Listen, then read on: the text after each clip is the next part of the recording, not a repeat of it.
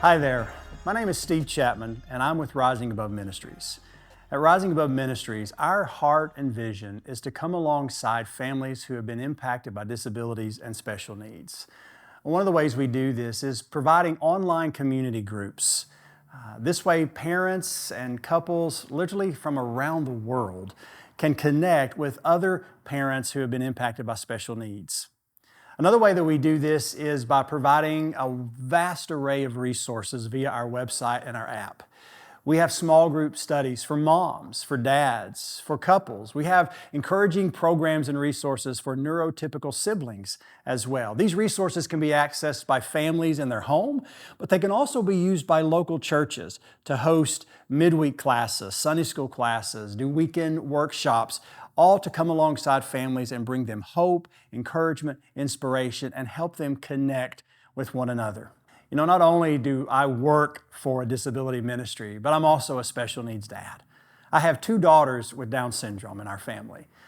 I spent 30 years in the local church as a children's pastor, youth pastor, senior pastor, and our heart at Rising Above is to come alongside those churches and help churches become special needs friendly. You know, it's interesting, Lifeway Research recently did a study that found that most churches, 90% of churches and pastors said that they feel like special needs families would absolutely feel welcomed at their church. But it's interesting that according to the Tennessee Department of Intellectual and Developmental Disabilities, my home state, Tennessee, 87% of churches have no disability ministry whatsoever. Some don't even have wheelchair accessible facilities. So there seems to be a disconnect between what churches intend, that is to be welcoming places for families, and what we actually practice. You know, here's the thing that I know as a special needs family. The number one question that a family has when they attend a church, it's not, I wonder how great the pastor's preaching will be, or I wonder how good their music is, or how amazing their children's and youth programming will be. But the number one question that special needs families are asking when they visit the local church is simply, are we going to be welcomed here? And so our heart at Rising Above is to come alongside local churches and help equip them to become places where special needs families truly are welcome, not just in theory, but also in practice. As a special needs dad, of course, my heart is very near and dear to special needs dads. And what I've observed over the years is that special needs dads tend to get overlooked by the church. Usually when we start, we focus on the children and we focus on the moms, and that's wonderful. But there's a whole lot of special needs dads out there just like me who oftentimes go unseen by the local church. And so what we'd like to do today is help you understand a little bit more about what is it like to be a special needs dad, and how can the local church come alongside and see these dads and love them well. So what's it look like to be a special needs dad? Well, it's kind of like your friend calls you up and invites you to a game night that his church is doing. And you love board games, Scrabble, Monopoly, Life, Yahtzee, which happens to be my favorite. And so you're all excited. Friday night rolls around, you're coming to this game night, and you walk in and the fellowship hall is already packed with dads all over the room. There's tables and they're playing games. You walk by a few tables, there's Yahtzee, there's Monopoly, and you're pretty excited about this. And so you get there and the leader says, oh, I've got a place for you at this table here in the back. You go to that table, you sit down, and you quickly realize the game on the table is a game you have never seen. You've never played, you've never even heard of this game. And you're surrounded, you're joined by 3 or 4 other guys there, and nobody knows how to play this game. You're looking around in the box, you can't find instructions. You look around the room to try to find that leader to see if they can help, and they've disappeared. And you're sitting there looking at each other, and you're asking, like, do you know what to do? I don't know how to play this game. So then you look around the room, and you see your friend at another table enjoying a game of Monopoly with some other dads. And he kind of looks at you, and without saying anything, it's this look that says, oh man, I'm so sorry you ended up at that table. Because what everybody in the room knows is nobody wants to be at that table.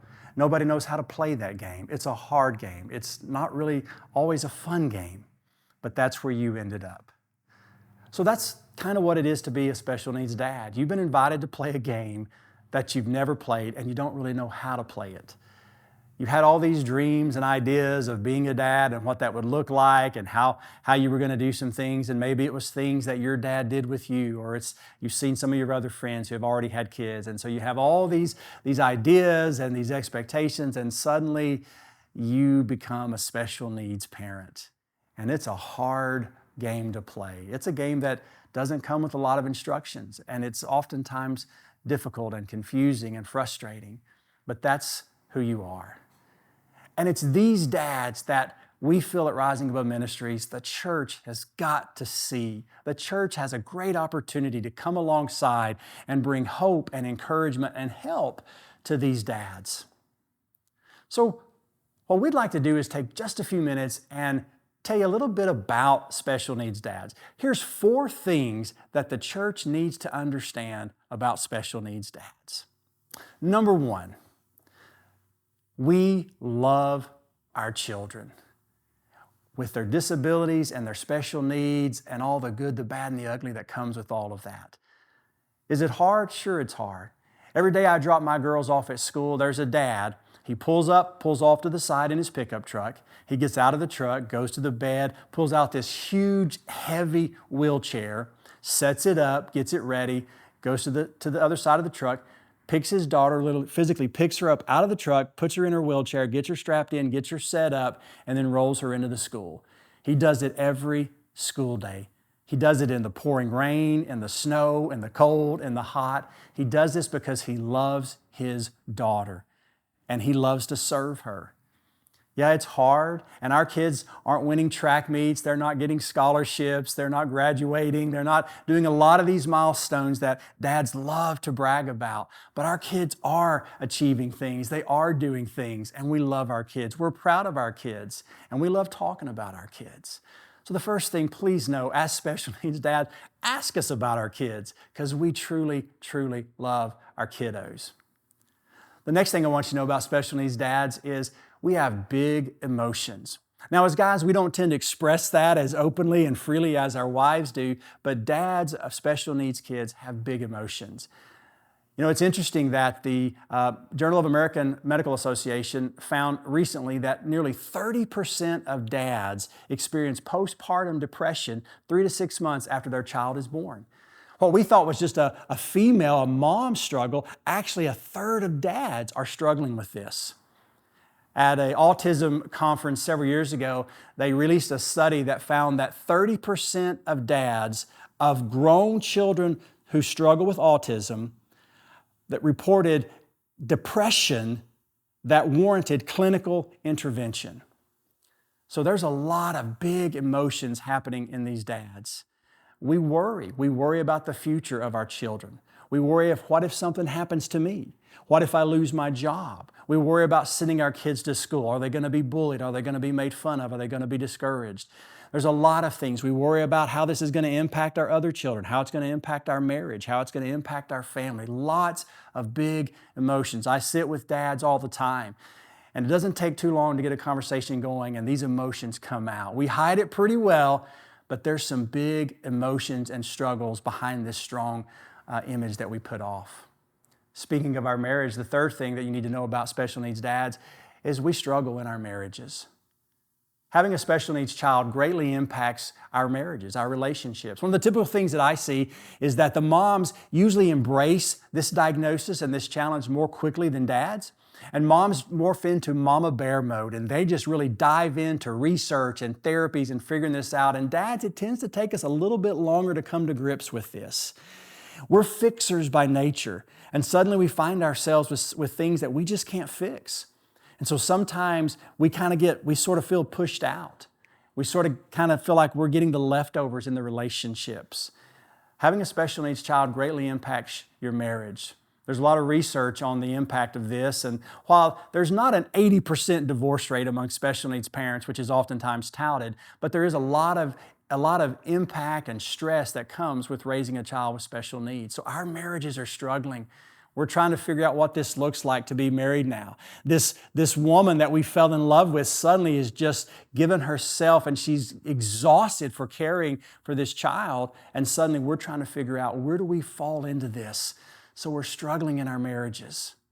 The fourth thing you need to know about special needs dads is we're pretty lonely. There's a lot of isolation.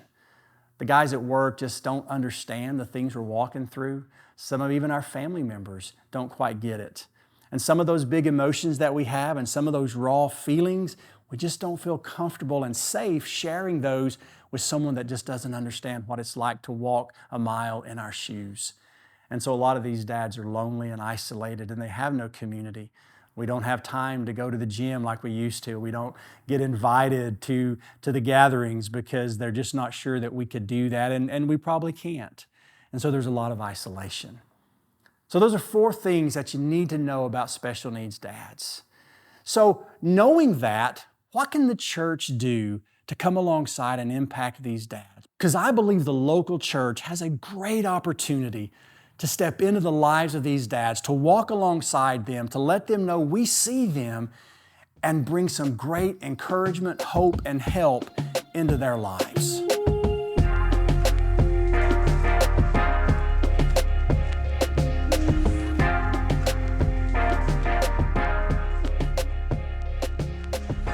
So how can the church come alongside and help special needs dads? Well, here's four things that I think any church can do to come alongside dads and love them well. So number one, just get to know us.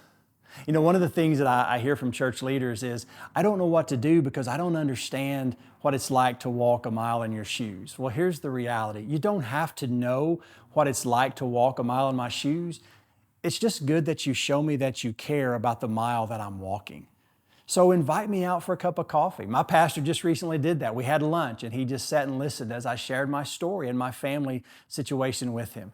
Take some time to get to know these dads. Don't assume that you know what we need and then go out and start providing a service or a program, but just take the time to get to know us. Ask about our family. Ask about our kids.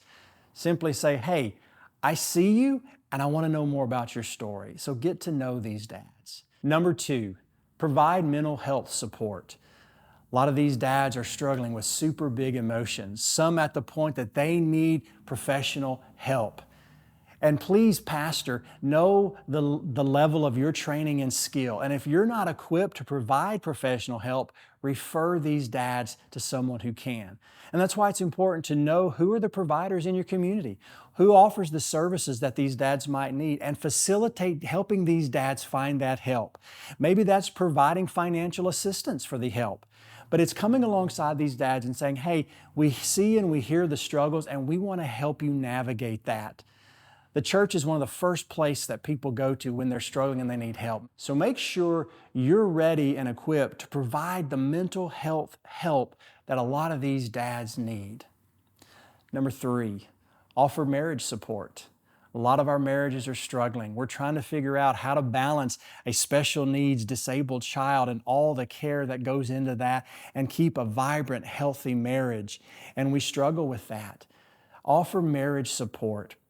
At Rising Above Ministries, we provide several resources specifically designed for couples who are raising children with disabilities and special needs. And you can access those. They're free resources at our website. And there's lots of other resources available.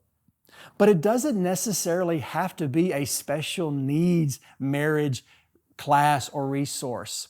If you're having a marriage class or you're having a marriage weekend or you're offering a Sunday school class, make sure when you provide childcare that you provide equipped and trained individuals to care for that disabled child as well. And that may be another degree of expertise, but take the effort to find those individuals and say to that couple, hey, we want you to come. We've got childcare, and oh, by the way, we've got experienced professionals for your child. You can find those in your local schools, special education teachers. Some of the, if you live near a university, special education students can oftentimes offer that expertise help so that these couples who have disabled children can attend your marriage workshops and conferences and resources. Their marriages are struggling, and you have an opportunity to speak into those marriages and encourage those marriages to thrive even in the midst of the challenges that come with raising a special needs child. And then finally, help these dads connect Loneliness and isolation is a big deal with so many of these special needs dads. Help us get together. We need to find each other out there, and the church is a perfect place for that to happen. How do we do this? What does it look like? Well, simply, the old adage of food, fun, and fellowship truly does work. Just provide a meal. Invite these dads to come in and connect. You don't really have to have an elaborate program. Most of these dads are just looking for a safe place to vent some of those emotions, some of those frustrations, a safe place to talk about how they feel sometimes and know that they're not going to be judged or condemned, but it's a safe place. They're surrounded by other dads who understand and they get it. Now, remember this, do not call it a support group for special needs dads or we will not come. But just provide a dad's hang time, a place for these dads to come together. Occasionally, throw in some fun things. Maybe you go out and you do some axe throwing or you go take in a ball game. Maybe occasionally you provide some tools and tips and training. Dads, we're fixers by nature. So if you have maybe a local expert, a special education teacher or professor at a university that can come and speak in to these dads' life with some tools and tips, that's huge. We're looking for practical things, not so much hugs, but practical tools and tips. We've got a lot of resources at our website. You can go there and maybe you just have a dinner and then you show one of those videos and say, hey, we're going to watch this together and offer some training and some encouragement. There's 4 things that the local church can do to tell these dads, we see you, we care about you, and we want to help you as you navigate this life of raising children with special needs. In Luke chapter 14, Jesus reminded his disciples that when you have a banquet or a dinner or a party, don't just invite your friends, your family, your rich neighbors, but he said, make sure you invite the poor, the crippled, the blind, the deaf, the mute, those who are disabled. Because if you do, he says, you'll be blessed. Throughout the scriptures, God makes it very clear that his heart cares deeply for the disabled and the special needs families. Studies show that 20% of the world's population is impacted by disabilities and special needs. And a vast majority of those families are unchurched. And sadly, the majority of our churches in America are not equipped to minister to these families. At Rising Above Ministries, we want to change that narrative. We want to help churches become places where special needs families are absolutely welcomed. We want to help you let these families know if you come to our church, yes, you're welcome. And we see you and we want to come alongside of you and make this a place for you and your family. I have a good friend who attends a local church and he has a severely disabled son. And his pastor approached him and said, hey, what can we do? How can we serve your family? They had no elaborate special needs ministry, but before they started to do something, they came and they asked, what can we do? And he shared with him, it'd be great if there was just a quiet room that we could go to when he starts to have meltdowns and just a safe place and yet could continue to see the service. The leadership thought about it and they had an old nursery room that they no longer used, had a window in it where you could see the service. So they remodeled that room, put a couch in there, some sensory-friendly toys and things and some special lighting and created this special room for his son to go into, and yet they could continue to be a part of the service and for their family and any family that might come and need that safe place. That church said, hey, we see you and we care. And they asked, what can we do to help?